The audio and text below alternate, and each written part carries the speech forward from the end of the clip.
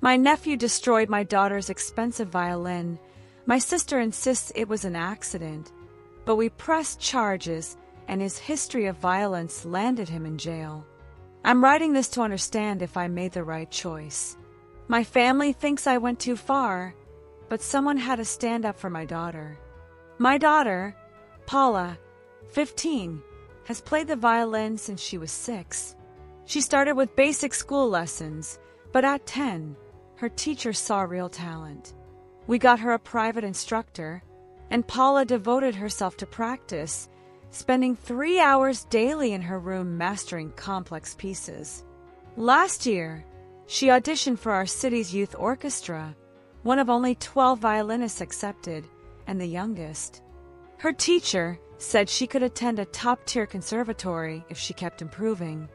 Paula, already preparing for college auditions despite her age, was thriving. My sister, Claire, has a 17-year-old son, Jasper, who's bright and gets good grades but struggles with impulse control. As a child, he broke toys in frustration. As a teen, his issues escalated. He once punched a wall during an argument over his curfew.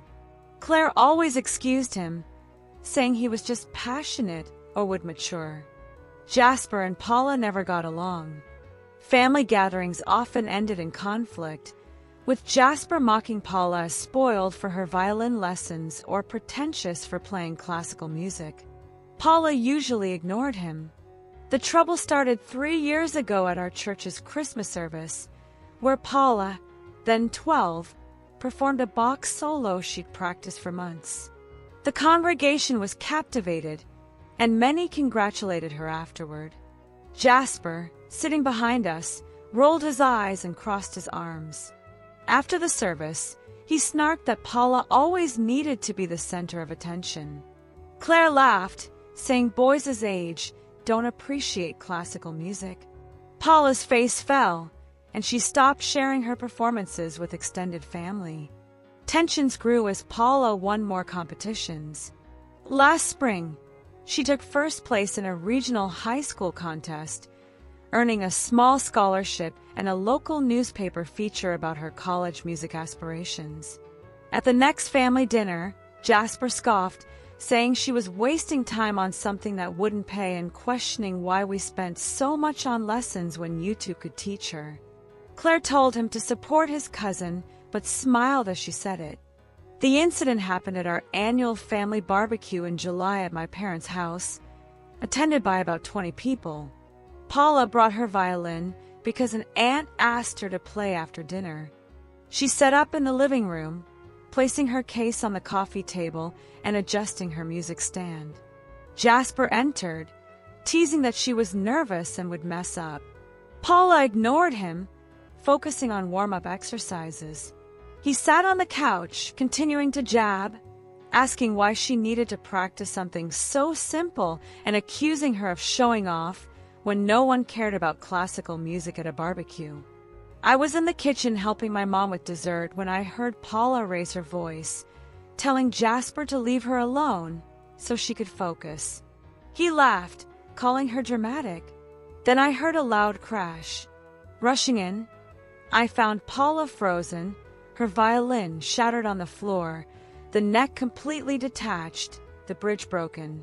Jasper stood near the coffee table, hands in his pockets, claiming it was an accident, that he tripped over the stand, causing the violin to fall. But Paula was holding the violin when I left the kitchen, not on the stand. Family members ran in at the noise.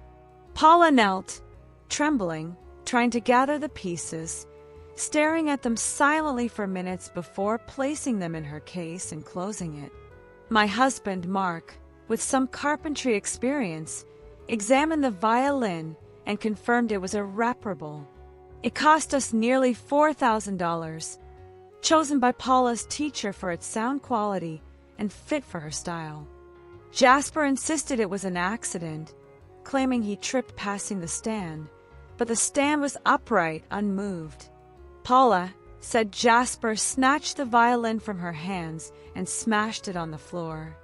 Claire defended Jasper, saying accidents happen at family gatherings and suggesting we buy Paula a new violin or let her try another instrument. My mom tried to mediate, urging calm and a later resolution, but I saw what this meant to Paula. She had a competition in 6 weeks she prepared for all summer, now impossible without her violin. More critically, her college audition recordings, due in 3 months, were at risk. Paula asked about borrowing a violin, but her teacher stressed that serious musicians need their own instrument, as Paula knew every nuance of hers. Adapting to a borrowed one would take months she didn't have. I told Claire Jasper must be held accountable. She got defensive, insisting I was accusing her son of lying, that he was a good student with no serious school issues, and that it was unfair to assume intent just because he and Paula clashed. The argument lasted an hour, with most relatives staying neutral. My dad suggested we cool off and discuss later, but I knew delaying would let Jasper off and Claire would dismiss it as an accident. Mark and I took Paula to the police the next morning with the broken violin and explained the incident. The officers said destroying property over a certain value could be a felony, depending on circumstances. Paula gave her statement. The police contacted Jasper and Claire, who stuck to the accident story, but Jasper's account shifted, first tripping over a chair leg, then avoiding Paula and losing balance. Claire called that night, begging me to stop, saying I was ruining Jasper's life and college prospects over an accident. She offered to pay for a new violin, but I said money wasn't the issue.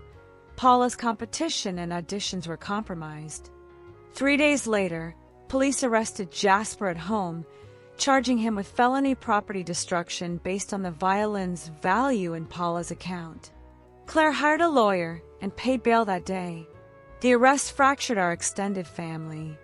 Some argued Jasper, a kid and family, shouldn't face this. Others said consequences were needed, and Claire should have raised him better. My parents stayed neutral, but seemed disappointed by the escalation. Paula practiced with a lower-quality school-loaned violin, struggling with its sound, impacting her performance.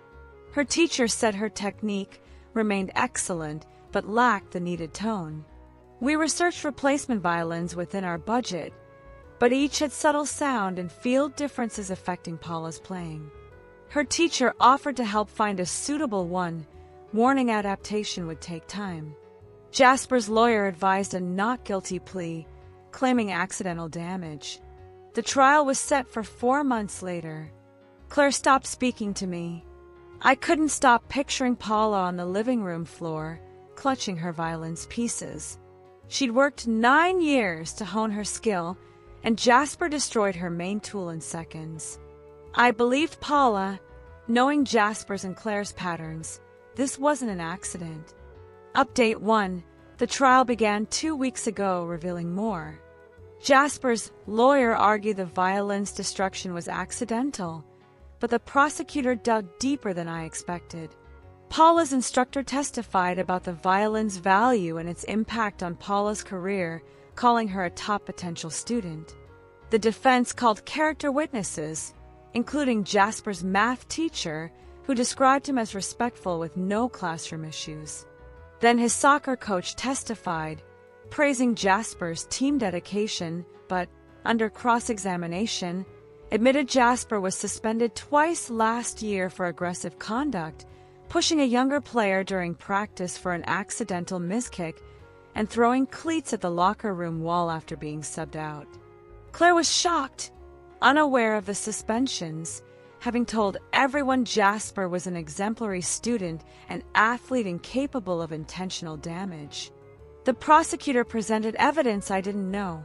The violin, bought through a specialized dealer, was worth more than our $4,000 due to its luthier's rising market value.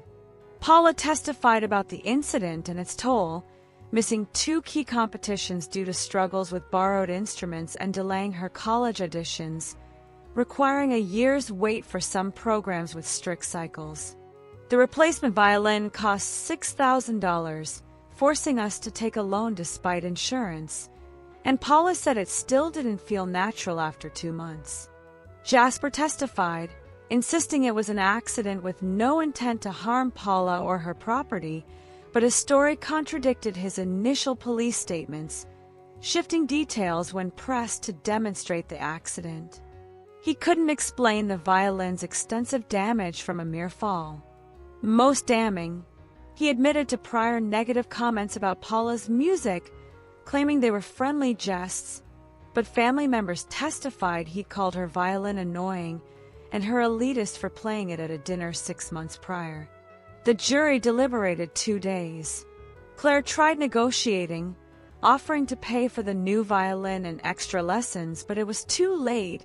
The case was about consequences, not just property.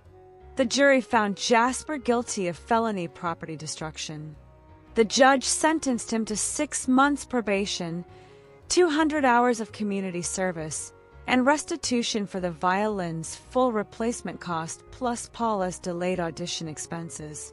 Claire sobbed, saying I'd ruined Jasper's future over a possible accident, claiming his felony would bar him from good colleges.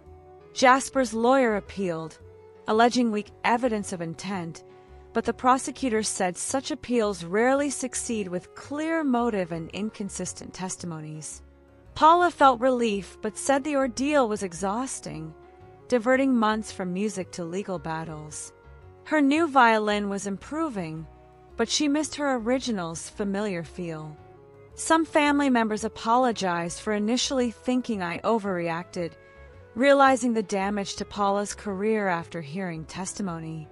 Claire cut contact with our side of the family, texting that we chose to destroy her son's life instead of handling it privately. I reminded her we offered a private resolution, but she denied Jasper's fault until it was too late, and Paula had lost irreplaceable opportunities. Update 2. Jasper's appeal was denied last week, finalizing his conviction. A surprising development shifted my perspective. Paula's violin teacher informed us of an opportunity sparked by a local newspaper article about the trial. A retired music professor, who taught at State University for 30 years, read it and contacted the teacher. He offered to hear Paula play and guide her college applications. Nervous, Paula auditioned, impressing him with her technique and musicality. He said the audition delay might benefit her, giving time to refine her skills and portfolio. He offered recommendation letters and connections to admissions at 3 prestigious conservatories, noting Paula's story of overcoming her violin's loss could make her application stand out. His own grandson's bullying experience drew him to her case. Meanwhile, my parents said Jasper struggled post-conviction. His top-choice university rescinded his admission offer upon learning of his felony.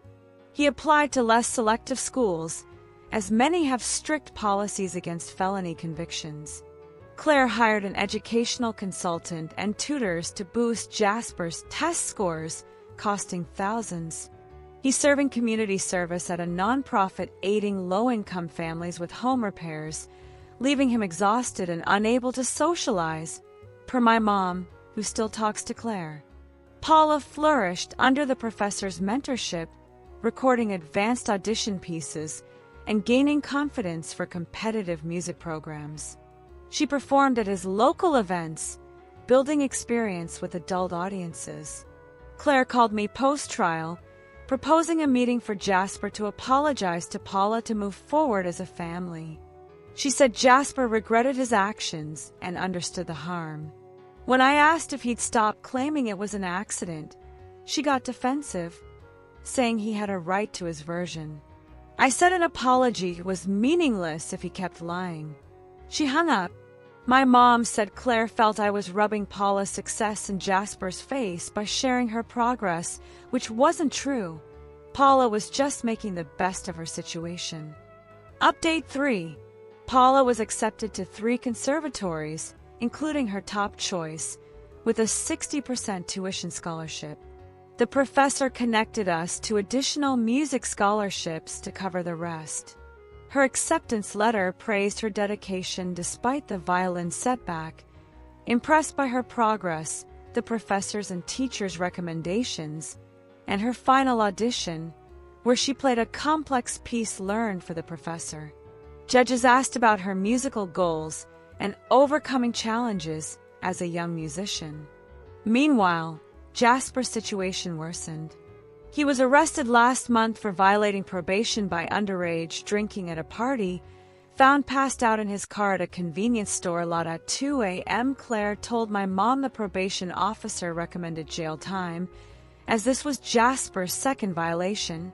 He'd skipped community service sessions without permission. The officer noted Jasper's disrespectful attitude and lack of genuine remorse, still calling his conviction unfair. Claire asked my mom to have me write a leniency letter for Jasper's probation officer, claiming he'd learned his lesson and jail would ruin his recovery.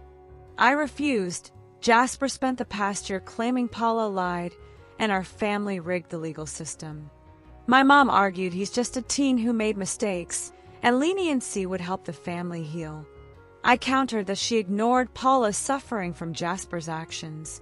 He was sentenced to 90 days in jail and another year of probation. Claire emailed me, blaming me for his sentence, saying I could have prevented it with a letter. She accused me of prioritizing revenge over family, claiming Paula's college acceptances and scholarships meant no need to keep punishing Jasper. I didn't reply. Paula's success was despite Jasper's actions, not because of them. Paula starts college this fall, excited for specialized music instruction. The professor arranged a summer intensive to prepare her for the academic rigor. Her new violin outperforms the original, though she misses its unique qualities. She rarely mentions Jasper or the trial, focusing on her music and talent. Update 4. Here's an update on our lives, especially Paula, Jasper, and Claire. Paula is thriving at an out-of-state conservatory, surrounded by peers who share her passion for music and learning from top professors. Her visits home include mini recitals for our immediate family, which is smaller now. I barely speak to my mom, who defends Claire, and have no contact with Claire, who blames me for Jasper's troubles. My dad, initially neutral, sided with Paula as things escalated and joins us at key family events, avoiding my mom's gatherings. Recently, Jasper visited our home, asking respectfully if we'd hear him out, prepared to leave if we refused. We let him in. He expressed deep regret for his actions years ago, hoping for forgiveness. He'd moved out of Claire's house, found a job, and applied to community colleges, aiming for larger universities later. He wanted to apologize to Paula for the violin and his lies post-trial. Surprised, we couldn't guarantee Paula would agree. At the next family barbecue at my parents', Paula, to our shock, agreed to meet him. Jasper attended her recital, was the first to hug her, and praised her performance. They'd spoken beforehand, where he reiterated his apologies.